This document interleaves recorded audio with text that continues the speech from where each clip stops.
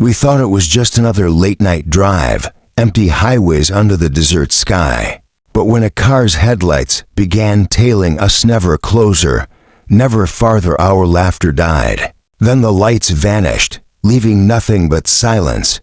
Soon, we saw torn clothes on the road, a broken phone, and a man with a shattered jaw staring at us from the shoulder.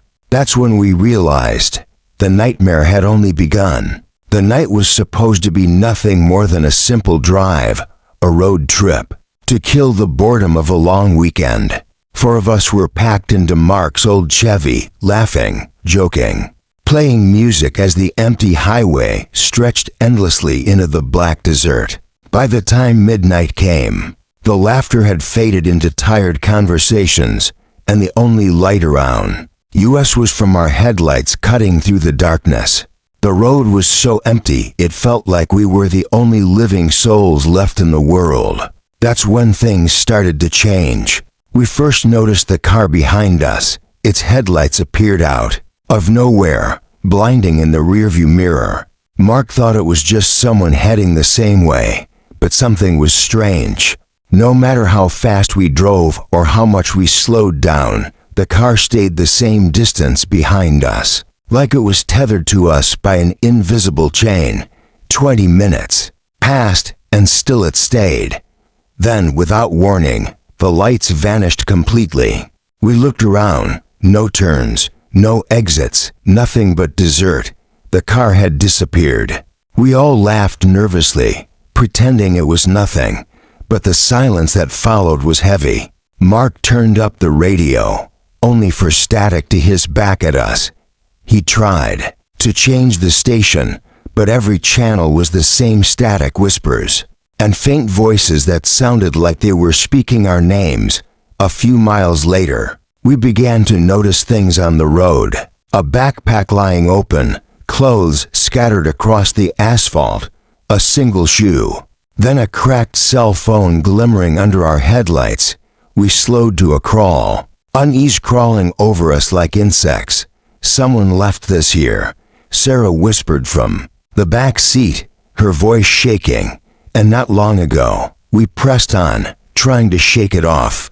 But the smell hit us next, a sour, putrid stench of rot, like something dead had been baking in the sun for days. We rolled the windows up, but the smell only seemed to get stronger inside the car. Mark swore under his breath and kept driving faster, trying to escape it. That's when we saw him. Standing on the shoulder of the road was a man. His posture was wrong, too stiff, his head tilted unnaturally to the side. His clothes were torn, stained dark in places that looked like dried blood. As our headlights swept over him, his face came into view. His jaw was hanging open, broken, swinging slightly as if it were barely attached. His eyes were nothing but deep, dark holes reflecting no light. Sarah screamed. Mark swerved, refusing to stop. My pulse hammered in my throat. When I looked in the side mirror, the man was gone. Not walking away, not falling back into the darkness. Just gone. And then, just as suddenly, the headlights appeared again, behind us. This time they were closer, gaining fast. Mark floored the accelerator, the Chevy's engine roaring as the speedometer climbed. The car behind us followed perfectly, staying only a few car lengths back, its lights never swaying, never blinking. It felt less like a driver chasing us and more like something hunting us. We shouted at Mark to take the next exit, but when we reached it, the sign was broken, the road swallowed by blackness. There was no town, no lights, nothing but endless highway. Minutes stretched into eternity. The car behind us didn't slow, didn't stop. Then, as suddenly as before, the headlights blinked out. Gone. Mark pulled the Chevy to the side of the road, panting, his hands shaking on the wheel. "This isn't real," he whispered. "This isn't real." But before we could catch our breath, Sarah pointed out the window with a trembling hand. A figure was standing in the middle of the road ahead. The same man, his jaw hanging, his head tilted, his eyes black voids, only this time. He was closer.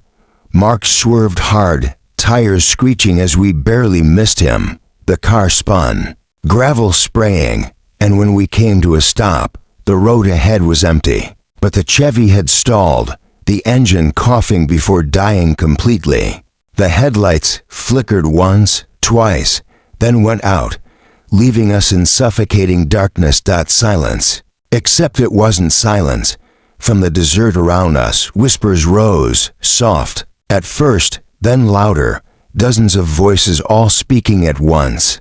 My skin crawled as the words became clear. They were saying our names. I tried to start the car. Nothing. Mark cursed and slammed the wheel. Sarah was crying. Jason was whispering prayers under his breath. Then came the knock. It was soft at first. On the driver's side window. Tap, tap, tap. We froze. Mark slowly turned his head, and his face drained of color. I followed his gaze. A pale hand, fingers too long, nails sharp and cracked, was tapping against the glass. Slowly, a face pressed against the window, that same broken jaw, those black eyes staring directly in. We screamed. I turned the key again and again until the engine roared to life. Mark slammed his foot down, and the car lurched forward, gravel spraying as we tore down the highway. I dared a glance back. The figure was running after us, running faster than any human should be able to, his head lolling from side to side, his mouth wide open in a soundless scream. And then, just as before, gone. For the next hour, we didn't speak. We didn't dare stop. The road felt endless, the desert swallowing us whole. When we finally reached a small gas station, it looked like salvation. The lights were buzzing weakly, but it was something. We pulled in, stumbling out of the car, desperate for air. Inside, the station was eerily quiet. No clerk, no music, just the hum of the fluorescent lights. Sarah called out, but no one answered. On the counter was a half-empty coffee cup, steam still rising as if someone had been there seconds ago. Mark grabbed a map, only to freeze. The map wasn't right. The highways didn't match, towns were missing, and our road, the one we had just driven, wasn't on it at all. We backed out slowly, hearts pounding. As we reached the car, I noticed something that made my stomach twist into knots. Dust and dirt clung to the Chevy, but streaked across the windows and hood were dozens of handprints. Pale, thin, impossibly long fingers smeared across the glass. We didn't wait. We drove until the sun finally rose, and the gas station was gone, as if it had never existed. To this day, I don't know what we saw on that road. I don't know what followed us, or how we escaped. All I know is that when I close my eyes, I still see those headlights in the mirror, and sometimes late at night, I swear I still hear that soft, steady tapping on my window.